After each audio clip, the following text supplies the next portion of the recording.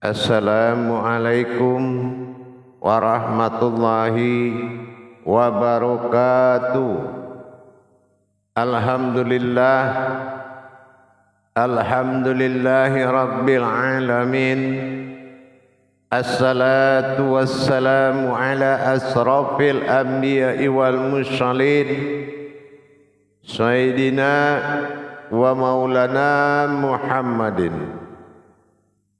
Ashhadu an la ilaha illallah wa ashhadu anna Muhammadar Rasulullah. Allahumma sholli ala Sayyidina Muhammad wa ala alihi Sayyidina Muhammad. Wa tahirin wal mujahidina amma ba'du ibadallah. Bersyukur kita kepada Allah dengan mengucapkan alhamdulillahi rabbil alamin atas segala limpahan karunia rahmah dan hidayahnya, serta dengan izinnya juga kita dapat menjalankan amanahnya, beramal dan beribadah zahir batin dunia dan akhirat. Bersalam kita tidak akan pernah kita lupakan. Marilah sama-sama kita sampaikan kepada junjungan kita Nabi Allah, Nabiul Akhirul Zaman, Rasulullah Muhammad sallallahu alaihi wasallam. Atasnya kalimahnya kita kalamkan dengan membacakan Allahumma sholli ala Sayyidina Muhammad wa ala alihi Sayyidina Muhammad. Alhamdulillah para jemaah sekalian yang dirahmati Allah rahimakumullah. Bertemu lagi dengan saya Guru Mursyid Syekh Nur Muhammad Buya Irwan Maulana Al-Khalidi Sumatera Barat. Dalam rangka meningkatkan iman dan takwa kita, maka seharusnya lah kita berbagi dalam wawasan dan ilmu pengetahuan tentang makna dan hakikat yang ada disiratkan di dalam Islam demi tercapainya peningkatan iman dan tauhid kita. InsyaAllah pada pertemuan ini, dalam tayangan ini YouTube Buya Pasaman Timur dalam makom Majelis Dzikir Ma'rifatullah Jakarta, InsyaAllah akan selalu berbagi sesama kepada kita, pada sahabat dan kerabatku, khususnya wabil khusus umat Islam, yang mana hal yang paling langsung dan paling wajib kita mendalami terhadap tauhid kepada Allah adalah sholat. Dan tataan-tataan tayangan yang telah kita lakukan pada sebelumnya ini dalam pembentukan hakikat sholat, hakikat rakaat, munajat sholat, sir sholat. Tapi pada saat ini saya akan mengajak sebuah nikmat besar, Al-Baqarah ayat 3. Bagaimana wa yuqimuna shalah itu menjadi wa mimma razaqnahum. Apa yang dikatakan sesuatu hal yang sangat memiliki nilai besar, nikmat besar, yaitu meyakini hakikat yang berdiri di dalam syariat sebuah sholat. Untuk itu perlu kita pelajari dan kita pemahamkan bahwasanya di dalam menjalankan hakikat ini ada hal yang sangat penting dan wajib kita ketahui, yang mana hakikat solat sebetulnya itu adalah menuju sebuah tujuan yang disebut dengan sifat daripada kodrat usia. Di sini kita pahami bahwasanya meningkatkan pemahaman sholat itu adalah menuju hakikat daripada yang sebenarnya, yaitu masa yakin yang sebenarnya, yakin yang menguasai. Jadi barang siapa kita kembali berpedoman kepada surat Al-Hijr ayat 99, yang mana di situ Allah juga katakan wa'abud za rabbaka hal ta i'tiyakal yakin. Inilah umur di mana pusat konsentrasi yakin yang berkaitan dengan perpanjangan usia yang berhubungan dengan umur. Ada yakin yang tidak berhubungan dengan usia, tapi yakin yang berhubungan dengan usia itu adalah diakal yakin. Diakal yakin itu meyakini pusat daripada tujuan utama dalam sholat. Apa tujuan utama dalam sholat? Adalah pertemuan dengan Allah. Nah, kalau kita mengetahui titik-titik pertemuan tadi, pertemuan itu ada 3 yang bersifat ta'yin, la ta'yin awal dan la ta'yin sani. Pertemuan dengan satu yang mengatakan lebih beserta sifat dan zat, pertemuan antara 2 kodrat sir usir, dan pertemuan kepada satu wujud. Tapi dikala sekarang kita bertemu, kita akan membahas pertemuan yaitu dengan la ta'yin sani, yaitu pertemuan dengan 3 kodrat. Artinya apa? Pertemuan dengan perantara batin dan sirnya. Batin dan sirnya. Bagaimana kita bisa mendapatkan nilai ketuhanan yang sebenarnya di dalam sholat? Nilai hakikat ketuhanan yang sebenarnya di dalam sholat. Apakah lagi berdiri? Apakah di ruku? Apa di sujud? Apa di duduk? Nilai hakikat yang sebenarnya. Nah, ini pernah kita pelajari dulu. Nilai yang sebenarnya dalam sholat ini yaitu kehadiran Allah dalam huruf yang tidak bersekutu, yaitu alif berdiri. Inilah berdiri tadi. Karena berdiri ada 2. Nah, sekarang berdiri di awal takbirul ihram, yang kedua berdiri sesudah ruku. Nah, ini adalah berdiri awal. Disinilah titik-titik ketuhanan yang harus menjadi patokan utama kita. Mana titik-titik ketuhanannya tadi? Barang siapa yang melewati masa ketuhanan ini, inilah kerugian yang besar. Ya, inilah kerugian yang paling besar, yaitu titik-titik ketuhanan dilakukan di dalam sholat tadi.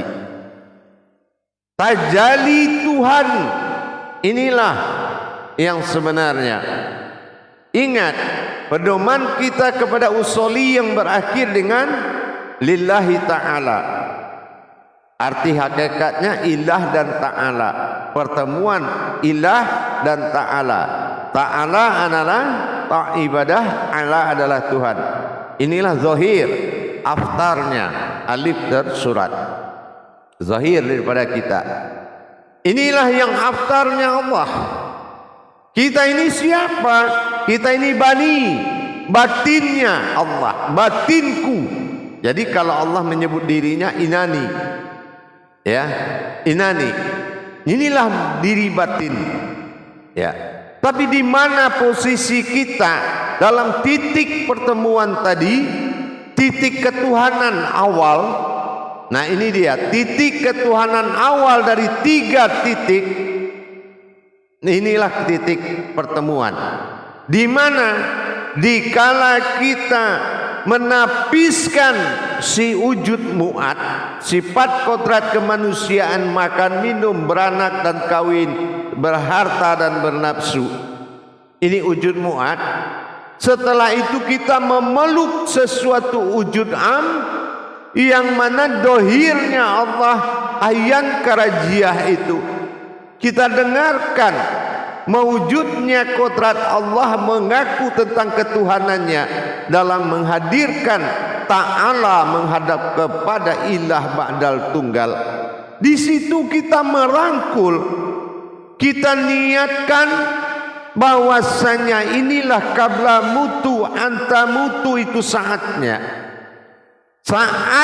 kehadiran mati sebelum mati tadi. Kita telah memeluk batin zahir yang terlihat ini. Allah, ya. Inna solati wa nusuki wa mahyaya wa mamati lillahi rabbil alamin. Illah dan amin. Ya, illah dan amin. Illah adalah yang berdiri di dalam jasad tadi. Amin adalah diri sujud diri, yaitu diri bani, diri batin kita. Kita memeluk dan mendengarkan suara itu dengan kusuk. Ya Allah, inilah Allahu Akbar kabira walhamdulillahi katsira wa subhanallahi bukratan wa asila. Terbukalah alam mahmuda itu, alam kabir, tempat dia berdiri. Allahu Akbar. Di saat pengakuannya menghadiri perintah billah, panggilan azan dia datangi dengan wujud zahirnya, karena aku dizahirkan untuk menyembah. Aftar berkalam seperti itu. Allahu Akbar. Kita mendengarkan suatu suara dalam pelukan kita kepada wujud batin yang terlihat. Kita diri batin bani memeluk dan mendengar kalam itu. Inna solati, akulah yang sholat. Wa nusuki wa mahyaya wa mamati, akulah ibadah itu. Akulah yang mati, akulah yang hidup itu. Dan berserta diri, akulah diri. Ternyata kita sudah bertemu dan kita peluk dengan erat. Hanya sesaat itu, dan tidak akan terulang lagi kecuali pada salat berikutnya. Kita anggaplah itu awalul fil akhirun. Awal itu adalah akhir. Orang yang beriman dan orang yang berilmu merasakan pertemuannya dengan Allah di saat takbir. Karena apabila alif sudah bertajalli lepas daripada hak satu, tajalilah diri bani, inilah diri batin. Babatin ni itu aku. Tajalilah diri batin atau disebut dengan nabi. Nabi hakikat diri batin. Buktinya di assalamu alaika ayyuhan nabiyyun wa rahmah. Allah datangi hakikat diri yang sifatnya bani atau batin nabi. Maka kita orang-orang yang beruntung, orang yang berpikir, orang-orang yang berpikir hanya yang bisa mengambil pelajaran dari kalam-kalamnya kauli seperti ini. Itulah hakikat solat yang sebenarnya. Pertemuan awal dengan rasa dan perasaan, kerinduan yang sangat dalam telah ketelampiaskan di saat kita berada dalam pelukan takbiratul ihram. Kita sangat mengharapkan saat-saat seperti itu. Momen-momen seperti itulah yang sangat kita tunggu-tunggu. Tapi kalau dia sudah bertajali, patah alif menjadi lam, lam sujud menjadi mim, inilah yang dizahirkan menjadi zahir untuk menyembah. Tajalinya sudah kodrat diri yang batin. Tapi hakikat ketuhatan hanya hadir dalam satu takbir. Begitu kita berdiri lagi, dia tidak akan ada. Karena tidak akan diulang lagi kalam itu, hanya satu kali dari awal mulai sholat. Inilah kesempatan yang harus kita tunggu. Pertemuan demi pertemuan di dalam sholat. Mukasyafatullah. Sholat itu mukasyafat. Membuka tabir rahasia, rasa, menuju perasaan bertuhan hanya ada di kala kita berdiri. Yang berikutnya adalah tajalli bersifat, tidak tajalli yang berkodrat. Untuk itu para jemaah, jangan sia-siakan kesempatan dan kemuliaan khaditin. Jangan kita sia-siakan kesempatan khanitin, yaitu hakikat kepemilikan berdiri. Tidak ada yang berdiri alif satu tanpa pengakuan Tuhan. Kodrat Allah semata, aftar bersifat nyata adalah berdiri. Maka kita harus benar-benar mencari kesempatan itu waktu demi waktu. Menjadi seorang yang kesayangan Allah dan orang yang sangat dimanjakan Allah. Selalu digendong, selalu bergendong dengan Allah dalam arti kemanapun. Ingat, makanya tidak ada kodrat di belakang alif an, in, un, a, i, u. Tidak ada di belakang alif satu harfiah pun, karena disitulah kamu ditempatkan oleh Allah. Disitulah kamu memeluk Allah dengan kerinduanmu. Disitulah kamu berbicara dengan batin dan rohanimu. Disitulah pusat doa dari segala doa. Tapi kalau alif sudah patah menjadi lam, lam menyusjud menjadi mim, kodratnya sudah amaliyah dan ibadah. Maka rugilah orang yang tidak mengerti. Afqalala fil mu'minin fa innahu allazihum sholatiin, allazihum sholatiin. Afqalala fil mu'minin allazihum sholatiin. Artinya beruntunglah orang yang berilmu, yang bisa khusyuk dalam sholatnya. Benar-benar kita menikmati hal seperti itu. Momen-momen yang sangat penting. Qabla mutu anta mutu. Dengan kita tersambung rasa kepada Allah, dengan kita tersambung hati kepada Allah, dengan kita tersambung diri kepada Allah dalam pelukan ilahiyah, dalam pelukan mahabbah. Apabila rasa itu sudah semakin kuat, qabla mutu anta mutu. Kejadian itu qabla mutu, itulah mati. Siapa yang mati? Anta mutu. Fungsi-fungsi kebatilanmu sudah mati. Maka inilah yang dikatakan salat itu adalah yakin menuju usia. Maka Allah dikala kamu selesai melakukan penyembahan, melaksanakan mengikuti dohirnya Allah, maka usiamu akan dihitung 1 tahun lagi oleh Allah. Kembali menjadi usia bayi laksana 1 tahun. Alhamdulillah. Itulah qabla mutu anta mutu. Disitulah kamu mendapatkan benar-benar kearasan, kekursian dan kekeramatan Allah. Hidayahnya salat akan selalu hadir karena kamu selalu bersamanya, insya Allah. Mari kita tingkatkan selalu jamaah pandangan-pandangan hakikat kepada Allah di dalam salat. Itu adalah kunci dari segalanya. Tiada yang mulia melainkan hakikat berdirinya batiniah salat, berdirinya diri batin di alam batin. Inilah tujuan daripada hakikat semuanya. Kalau hanya bermodalkan jasad dan ruh, bukan manusia saja yang memiliki itu. Semua makhluk juga punya, tetapi tidak semua makhluk boleh masuk masjid. Artinya apa? Maka kamu siapkanlah hakikat-hakikat dirimu. Penuhilah semua pandangan hakikatmu dalam perbuatan syariat dalam sholat. Karena apabila pandanganmu kosong, iblis akan masuk dalam pandangan itu dan kamu akan terlena dan terbawa. Maka kerugian besar akan datang kepadamu.